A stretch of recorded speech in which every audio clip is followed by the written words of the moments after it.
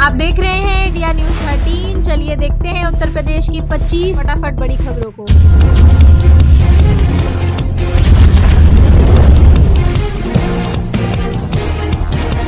इन तारीखों पर जारी होगा यूपी पुलिस कांस्टेबल रिजल्ट। ये रहा नतीजों का direct link. UP police constable भर्ती 2024 की लिखित परीक्षा के परिणाम का इंतजार कर रहे उम्मीदवारों को जल्द ही अच्छी खबर मिलने जा रही है। दरअसल उत्तर प्रदेश पुलिस भर्ती एवं प्रोन्नति बोर्ड नवंबर के तीसरे सप्ताह में यूपी पुलिस कांस्टेबल रिजल्ट 2024 जारी करने का संकेत दे चुका है, लेकिन तारीखों को लेकर कोई जानकारी साझा नहीं की गई है। यूपीपीआरपीबी से मिली आधिकारिक जानकारी के अनुसार यूपी पुलिस कांस्टेबल रिजल्ट 2024 की घोषणा 15 नवंबर से 22 नवंबर के बीच की जा सकती है। उम्मीदवारों को सलाह दी जाती है कि वह अपने लॉगिन डिटेल के साथ रिजल्ट देखने के लिए तैयार रहें, क्योंकि यूपी पुलिस रिजल्ट का डायरेक्ट लिंक सबसे पहले यहां मिलेगा।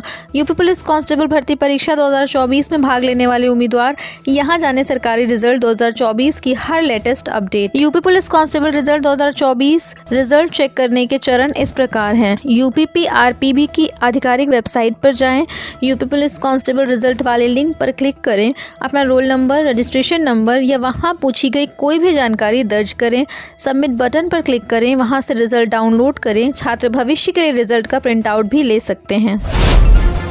उन्नाव के लिए योगी सरकार ने खोला पिटारा। 17 ब्रिजों के निर्माण को दी मंजूरी, इन जगहों पर बनेंगे पुल। उत्तर प्रदेश के उन्नाव जिले को योगी सरकार ने एक बड़ी सौगात दी है। जनपद की 6 विधानसभा क्षेत्रों में 17 नए पुलों के निर्माण को मंजूरी दी है। इन पुलों के बनने से 15 लाख से अधिक लोगों को आवागमन में सुविधा होगी। पुलों के निर्माण पर कुल 17.38 करोड़ रुपए खर्च किए जाएंगे। इसके लिए सरकार ने मंजूरी दे दी है। बुलडोजर एक्शन पर सुप्रीम ब्रेक, फैसले पर योगी सरकार की आई पहली प्रतिक्रिया, कही ये बात। बुलडोजर एक्शन पर सुप्रीम कोर्ट की हालिया निर्णय को लेकर उत्तर प्रदेश सरकार की प्रतिक्रिया सामने आई है। सुप्रीम कोर्ट के बुलडोजर एक्शन पर दिए गए फैसले का यूपी की योगी सरकार ने स्वागत किया है। यूपी सरकार ने इसे सुशासन और कानून के राज की दिशा में एक महत्वपूर्ण कदम बताया है। सरकार ने अपने बयान में कहा कि माननीय सर्वोच्च न्यायालय का यह फैसला स्वागत योग्य है, क्योंकि इससे अपराधियों के मन में कानून का भय उत्पन्न होगा। सुप्रीम कोर्ट के निर्णय के बाद योगी सरकार की ओर से इस बारे में प्रतिक्रिया जारी की गई। इस प्रतिक्रिया में कहा गया है कि कानून राज की पहली शर्त सुशासन होती है। सुप्रीम कोर्ट ने जो फैसला सुनाया है वह स्वागत योग्य है। हालांकि यह केस दिल्ली से संबंधित था और उत्तर प्रदेश सरकार इसमें पार्टी नहीं थी, लेकिन इसके बावजूद यह निर्णय व्यापक प्रभाव डाल सकता है। सरकार की ओर से जारी बयान में कहा गया कि इस फैसले से सब पर कानून का राज लागू होता है। योगी सरकार ने अपने बयान में साफ कर दिया कि हालांकि सुप्रीम कोर्ट का आदेश दिल्ली से संबंधित था, उत्तर प्रदेश सरकार इसमें पार्टी नहीं थी। जनधन अकाउंट, क्या आपके पास भी है जनधन अकाउंट? अब बैंकों को दिया गया ये आदेश। जनधन योजना बैंक अकाउंट वाले ग्राहकों के लिए नया अपडेट है। वित्तीय सेवा सचिव ने बैंकों से कहा कि वो ऐसे बैंक अकाउंट का केवाईसी कर लें जिनका अपडेट होना की है। वित्तीय सेवा सचिव एम नागराजू ने सोमवार को बैंकों से कहा कि वे ऐसे जनधन खातों के लिए नए सिरे से केवाईसी प्रक्रिया अपनाएं जिनका अपडेट होना है।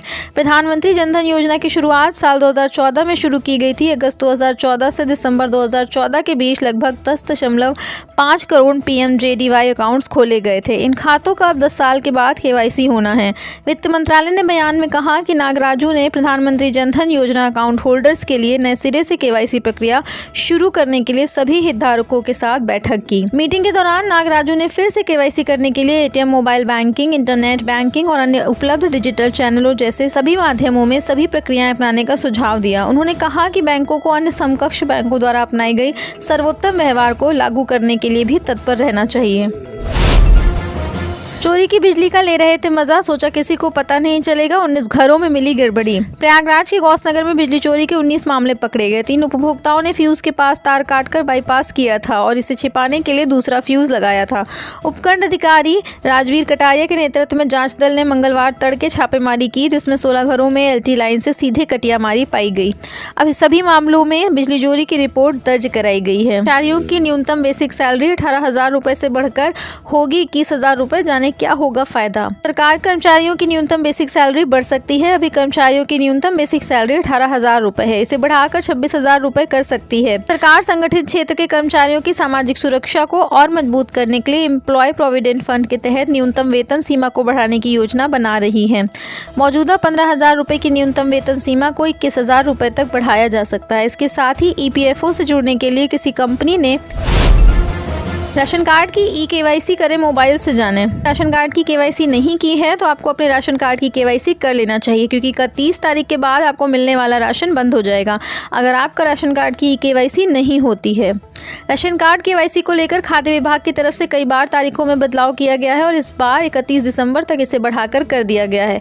31 दिसंबर तक देश भर के सभी राशन कार्ड धारकों को अपने राशन कार्ड की केवाईसी करवाना आवश्यक है। अगर आप राशन कार्ड की केवाईसी नहीं करवाते हैं तो आप कई नुकसान होंगे। राशन कार्ड आपका रद्द हो जाएगा, आपके परिवार के सभी यूनिट कट जाएंगे, आपको मिलने वाला फ्री राशन भी बंद हो जाएगा।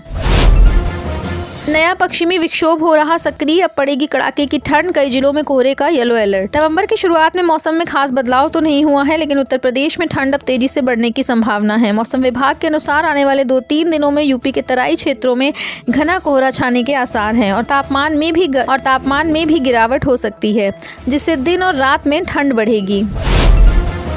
कुंभ मेला 2025 की शुरुआत से लेकर शाही स्नान तक की सही डेट जाने। कुंभ मेला 3 साल, 6 साल में अर्ध कुंभ मेला और 12 साल में महाकुंभ मेले का आयोजन होता है। आखिरी बार साल 2013 में महाकुंभ मेले का आयोजन हुआ था। इसके बाद 2019 में अर्ध कुंभ मेले का आयोजन हुआ था। इन सब के बाद अब साल 2025 में महाकुंभ मेले का आयोजन होने जा रहा है, जो काफी भव्य होने वाला है। आइए जानते हैं महाकुंभ 2025 से जुड़ी महत्वपूर्ण बातें। महाकुंभ मेला उत्तर प्रदेश के प्रयागराज में साल 2025 29 जनवरी को सिद्धि योग में महाकुंभ का आयोजन होने जा रहा है। सनातन धर्म में विश्वास करने वालों के लिए ये सबसे बड़ा उत्सव होता है, जिसमें दुनिया भर के साधु संत और लोगों का हुजूम इस पवित्र मेले में शामिल होने के लिए आते हैं। महाकुंभ का नज़ारा ऐसा होता है मानो दुनिया भर के लोग इस मेले में आ गए हों, हजारों नदियां एक स्थान पर आकर मिल गई हों। महाकुंभ के इस पावन महासंगम में हर कोई डुबकी लगाने की इच्छा रखता है, इसलिए इसे महासंगम भी कहा जाता है। 29 जनवरी 2025 से लेकर 8 मार्च 2025 तक महाकुंभ चलने वाला है। भूमि की पैमाइश में लापरवाही पर एक आईएएस और 3 पीसीएस निलंबित, सरकार ने लिया सख्त फैसला। यूपी में योगी सरकार ने भूमि पैमाइश को लेकर हो रही लापरवाही पर सख्त फैसला लिया है। इस मामले में एक आईएएस और 3 पीसीएस अधिकारियों को निलंबित कर दिया है। प्रदेश सरकार ने लखीमपुर खीरी में खेत की पैमाइश लटकाए रखने पर एक आईएएस और 3 पीसीएस अधिकारियों को निलंबित किया है। वर्तमान में वे अलग अलग जिलों में तैनात थे। इन तीनों अधिकारियों को राजस्व परिषद से संबद्ध कर दिया गया है। शासन ने आईएएस अधिकारी व अपर आयुक्त लखनऊ मंडल घनश्याम सिंह को निलंबित कर दिया है। पीसीएस अधिकारियों में बाराबंकी के एडीएम वित्त एवं राजस्व अरुण कुमार सिंह, झांसी के नगर मजिस्ट्रेट विदेश सिंह, बुलंदशहर की एसडीएम रेणु को निलंबित किया है। इन चारों अधिकारियों ने लखीमपुर खीरी में अपनी तैनाती के दौरान पैमाइश के मामलों में टालमटोल की। बाराती बनकर हर शादी में मौजूद रहेगी पुलिस, यह है मकसद, थानावार विवाह वाले घरों का जुटा रहे ब्यौरा। यूपी पुलिस ने आगरा में शानदार पहल की है। शादी विवाह के दौरान दूल्हा दुल्हन के माता पिता या खास लोगों के पास मौजूद गहनों और रुपयों से भरे बैग की चोरी को रोकने के मामलों के लिए स्पेशल टीम बनाई गई है। इस टीम के सदस्य शादी में सादे वेश में मौजूद रहेगी। हर बारात में पुलिस के जवान शामिल होंगे और संदिग्धों पर नजर रखेंगे। इसके लिए थानावार शादी वाले घरों का ब्यौरा जुटाया जा रहा है। वैसे तो तुलसी विवाह यानी मंगलवार से ही शादियों का सीजन शुरू हो चुका है, लेकिन शुक्रवार कार्तिक पूर्णिमा से यह अपने पूरे सबाब पर होगा। ऐसे में पुलिस ने लोगों को राहत देने के लिए पूरा प्लान तैयार किया है। बैंक अकाउंट के बिना भी कर पाएंगे यूपीआई पेमेंट, जानिए कैसे बनाएं आईडी। गूगल पे और फोन पे से यूपीआई पेमेंट के लिए बैंक अकाउंट की ज़रूरत नहीं है। यूपीआई पेमेंट के लिए एनपीसीआई ने हाल में नया फीचर्स जोड़ा है। इस फीचर को यूपीआई सर्कल नाम से लाया गया है, जिससे बिना बैंक अकाउंट के भी यूपीआई पेमेंट किया जा सकता है। यूज़र्स अपने प्राइमरी अकाउंट से दूसरे यूज़र्स को यूपीआई पेमेंट का एक्सेस दे सकते हैं। आतंकी कहने पर सीएम योगी ने कांग्रेस अध्यक्ष खड़गे को जवाब दिया, कहा मैं एक योगी हूं। और कांग्रेस अध्यक्ष मल्लिकार्जुन खड़गे द्वारा उत्तर प्रदेश के मुख्यमंत्री योगी आदित्यनाथ पर दिया गया विवादित बयान अब राजनीति और धार्मिक हलकों में गर्मा गया है। खड़गे ने योगी आदित्यनाथ के गेरुआ वस्त्र को लेकर एक विवादित टिप्पणी की थी, जिसके बाद अब सीएम योगी ने खुद उन्हें जवाब दिया है। सीएम योगी मंगलवार को महाराष्ट्र के अचलपुर में एक चुनावी जनसभा को संबोधित कर रहे थे। इस दौरान उन्होंने कहा कि मैं एक योगी हूँ और एक योगी के लिए देश पहले होता है। खड़गे जी, आपके लिए कांग्रेस की तुष्टीकरण की नीति पहले है। पिछले 3 दिन से कांग्रेस अध्यक्ष खड़गे जी मुझ पर नाराज हैं। मैं कह रहा हूं, खड़गे जी, एक योगी के लिए देश सबसे पहले है। मेरे नेता मोदी जी के लिए देश पहले है, लेकिन आपके लिए कांग्रेस का तुष्टीकरण सर्वोपरि है। खड़गे जी का गांव हैदराबाद के निजाम के अधीन रहने वाला एक गांव था। उन्होंने कहा कि भारत जब अंग्रेजों के अधीन था तो अंग्रेजों का उस समय का नेतृत्व मुस्लिम लीग के साथ मिलकर मौन बना हुआ था, इसीलिए मुस्लिम लीग उस समय हिंदुओं को चुन चुन कर मार रहा था। इसी आग में मल्लिकार्जुन खड़गे का गांव भी जलाया गया था, जिसमें इनकी माता जी और परिवार मारा गया। लेकिन खड़गे जी इसको नहीं कहते, क्योंकि जानते हैं कहेंगे तो मुस्लिम वोट खिसक जाएगा। वोट बैंक के खातिर अपने परिवार का बलिदान भूल गए। वाराणसी के 75 गांवों से गुजरेगा 6 लेन का गंगा एक्सप्रेसवे, बदल जाएगी इन गांवों की तकदीर। उत्तर प्रदेश में गंगा एक्सप्रेसवे काफी तेजी से बन रहा है। फरवरी 2025 तक इस परियोजना को पूरा करने का लक्ष्य रखा गया है। मेरठ से प्रयागराज के बीच निर्माणाधीन गंगा एक्सप्रेसवे का दूसरे चरण का विस्तार हो रहा है। इसका विस्तार वाराणसी और गाजीपुर होते हुए बलिया तक होगा। यह करीब 350 किलोमीटर लंबा एक्सप्रेसवे 6 लेन का होगा। उत्तर प्रदेश एक्सप्रेसवेज औद्योगिक विकास प्राधिकरण ने दूसरे चरण का सर्वे पूरा कर लिया है। इसे लेकर बनारस के पिंडरा और सदर तहसीलों के 75 गांव का चिन्हांकन भी हो चुका है। गंगा एक्सप्रेसवे प्रयागराज से मिर्जापुर, भदोई, वाराणसी, गाजीपुर होते हुए भदोई तक जाएगा। साल 2021 में इसे प्रयागराज से मिर्जापुर होते हुए वाराणसी रिंग रोड तक प्रस्तावित किया गया था। एक्सप्रेसवे गंगा के बाएं 10 किलोमीटर के रेंज से गुजरेगा, यानी अब गंगा पर कोई पुल नहीं बनेगा और बलिया तक यह एक्सप्रेसवे वरुणा, गोमती आदि नदियों के ऊपर से गुजरेगा। BSNL ने कर दिया फुल ऑन मनोरंजन का इंतजाम। 500 लाइव चैनल और OTT के लिए नहीं लगेगा एक भी पैसा। भारत संचार निगम लिमिटेड ने भारतीय टेलीकॉम इंडस्ट्री में एक नया अध्याय जोड़ते हुए पहली बार देश के चुनिंदा क्षेत्रों में फाइबर बेस्ड इंटरनेट टीवी सेवा की शुरुआत। इस सेवा को IFTV नाम दिया गया है और यह BSNL के fibre to the home network पर आधारित है। इस नई सेवा के तहत BSNL अपने ग्राहकों को हाई क्वालिटी में 500 से अधिक लाइव टीवी चैनल और पे टीवी कंटेंट उपलब्ध करा रहा है। इसमें न केवल मनोरंजन को एक नई दिशा मिलेगी, बल्कि इंटरनेट खर्च में भी कटौती होगी। भारत संचार निगम लिमिटेड ने हाल ही में अपने नए लोगों के साथ साथ 6 नई सेवाओं से भी पर्दा उठाया है। इन सेवाओं से प्रमुख है फाइबर आधारित इंटरनेट टीवी सेवा, जिसे IFTV नाम दिया गया है।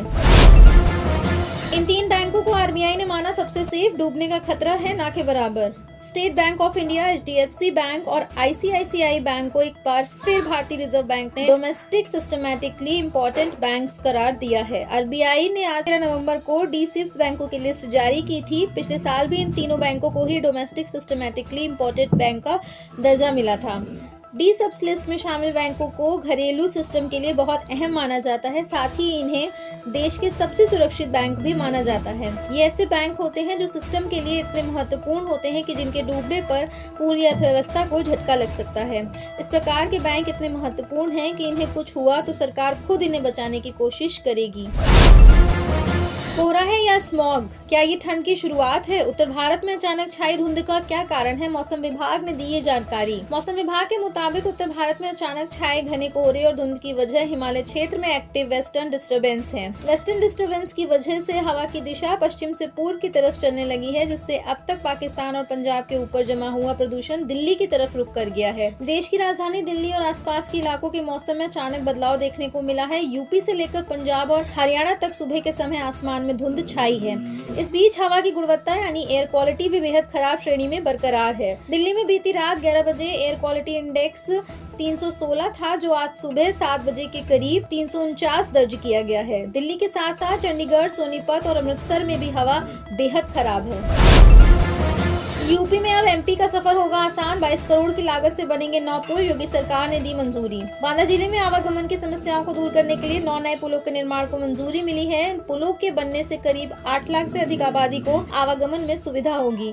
इनमें से एक पुल खुरहंड से गिरवा घोड़िया होते हुए सेवड़ा घाट मध्य प्रदेश सीमा तक बनेगा, जिससे यूपी से MP तक का सफर आसान।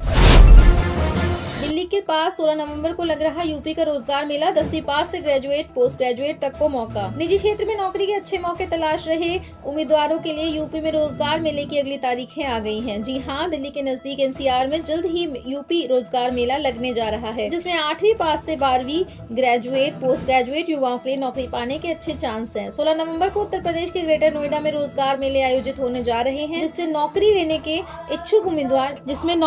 इच्छुक उम्मीदवार सम्मिलित हो सकते हैं। बेरोजगार युवक युवतियों को रोजगार उपलब्ध कराने के उद्देश्य से 16 नवंबर को जिला सेवा योजन कार्यालय के माध्यम से रोजगार मेले का आयोजन किया जाएगा। सुबह 9:30 बजे से राजकीय ITI ऊंचा अमीरपुर NTPC दादरी में मेले का आयोजन होने जा रहा है, जिसमें करीब 20 से भी ज्यादा प्रतिष्ठित कंपनियां प्रतिभागी करेंगी।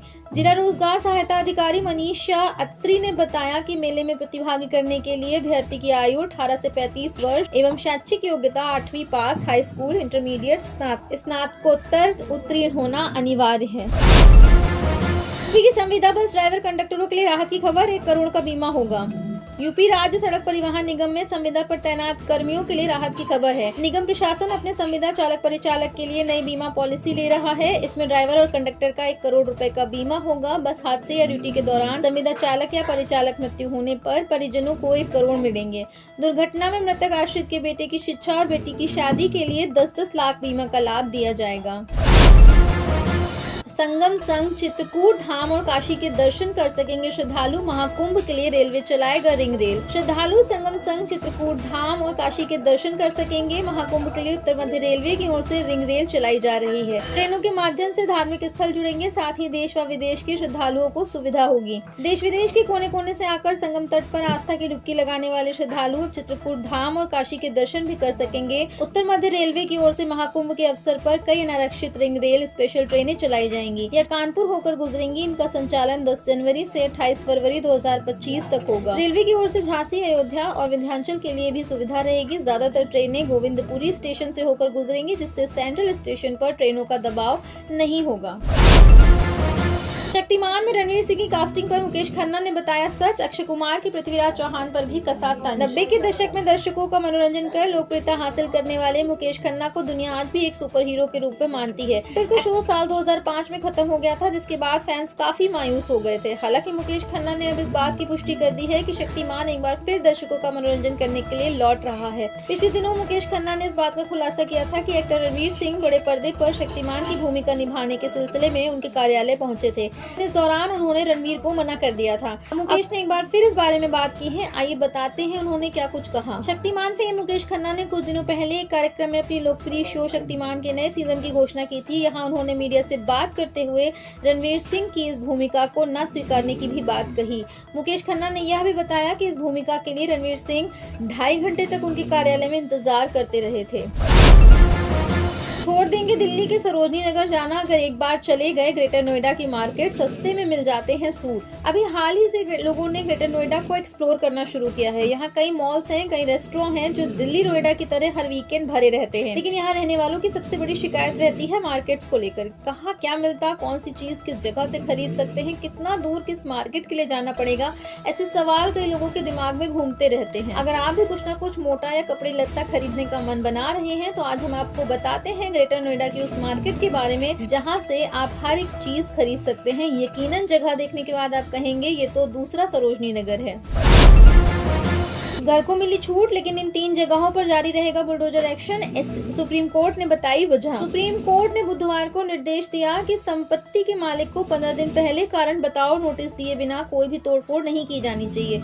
शीर्ष अदालत ने यह भी कहा कि कार्यपालिका न्यायाधीश बनकर यह निर्णय नहीं ले सकती कि आरोपी व्यक्ति दोषी है, इसलिए उसकी संपत्ति को ध्वस्त करके उसको दंडित किया जाए। आप देख रहे हैं इंडिया न्यूज 13, मतलब भारत की आवाज।